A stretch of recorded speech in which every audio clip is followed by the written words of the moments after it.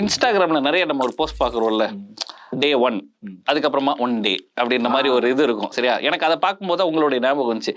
அதே டெம்ப்ளேட்டை நீங்க எப்படி பாக்குறீங்க? அந்த டெம்ப்ளேட் நான் நேத்து சொல்லிட்டு இருந்தேன், இங்க படுறா அப்படின்னு சொல்லிட்டு அதை எங்களை வச்சே போட்டிருந்தாங்க. அது ரொம்ப ரொம்ப ஹாப்பியா இருந்துச்சு அது பாக்குறப்போ. ஓகே, ஏதோ ஒன்று லைஃப்ல ஏதோ ஒன்று பண்ணிருக்கோம் அப்படின்ற மாதிரி. ஒரு ஒர்க் நம்ம பண்றோம், அந்த ஒர்க்கால வந்துட்டு நம்மளை சுத்தி இருக்கிற ஒரு 4 பேர் ஹாப்பியா இருப்பாங்க, ஃபேமிலிக்கு நம்ம ஏர்ன் பண்ணி கொடுக்குறோம். ஓகே, பட் அதை தாண்டி இத்தனை பேரை சிரிக்க வைக்கிறோம், இத்தனை பேர் வந்து நீங்க ரசிக்கிறாங்க, நம்ம ஒரு ஸ்ட்ரெஸ் பஸ்டரா இருக்கிறோம், நிறைய பேருக்கு நம்மளோட ஆதரவு இருக்கு அப்படின்னும் போது அது ஒரு போதை இருக்குல்ல, அந்த ஃபீல் எப்படி இருக்கு? அது அப்பப்போ லைட்டா கொம்பு முளைக்கிற மாதிரி இருக்கும், அதை நம்ம வந்து கட் பண்ணி விட்டுறோம். அது ரொம்ப முக்கியம்.